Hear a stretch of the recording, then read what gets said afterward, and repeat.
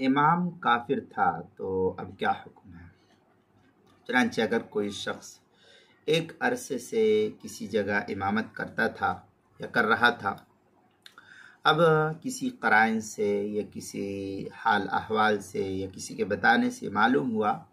کہ وہ امام تو ہے لیکن کافر ہے، مگر وہ خود کافر ہونے کا اقرار نہیں کرتا ہے، اقرار نہیں کرتا کہ میں کافر ہوں، بلکہ خود اپنے آپ کو مسلمان کہتا ہے اور یہ کہتا بھی ہے کہ میں خود مسلمان ہوں، مگر لوگوں کو اس کی بات پر اعتماد نہیں ہوتا ہے، بلکہ لوگوں کا یہ خیال ہے کہ خود اپنے آپ کو نفاق کی وجہ سے مسلمان لوگوں میں ظاہر کرتا ہے،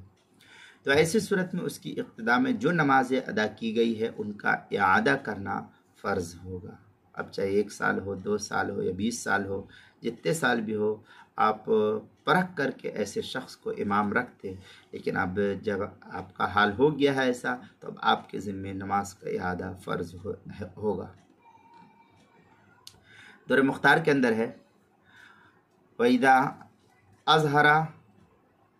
وَإِذَا ظَهَرَ حَدْثٌ إِمَامَهُ وَكَذَا كُلُّ مُفْسِدٍ فِي رَأْيِ مُقْتَدٍ بَطَلَتْ فَيَلْزَمُ إِعَادَتُهَا لِتَضَمُّنِهَا صَلَاةُ الْمُؤْتَمِ۔ اس کے تحت آگے بڑی تفصیل کے ساتھ جو ہے علامہ شامی نے در مختار ما شامیہ کے تحت جو ہے نقل کی ہے اس کی تفصیل کو، کہتے ہیں قولہ، یہ تو در مختار کی عبارت ہے، آگے ہے رد المختار فتوی شامی میں، قول بطلت ای تبین انہا لم تنعقد ان کان الحدث سابقا علی تکبیرت الامام او مقارن لتکبیرت المقتدی۔ اس طریقے کی عبارت جو ہے بڑی تفصیل سے نقل کیا رد المختار فتوی شامی، جلد نمبر 1 صفحہ نمبر 591، کتاب الصلاۃ باب الامامہ جو HM سعید کراچی پاکستان کا چھپا ہوا نسخہ اس کے اندر۔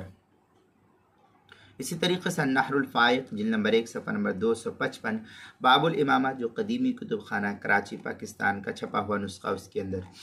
اور نماز کے مسائل کا انسائکلوپیڈیا جلد نمبر 1 صفحہ نمبر 151، حروف تہجی الف عنوان ہے امام کافر تھا، اس کے تحت جو اس مسئلے کی تفصیل نقل کی گئی ہے وہاں دیکھ سکتے ہیں۔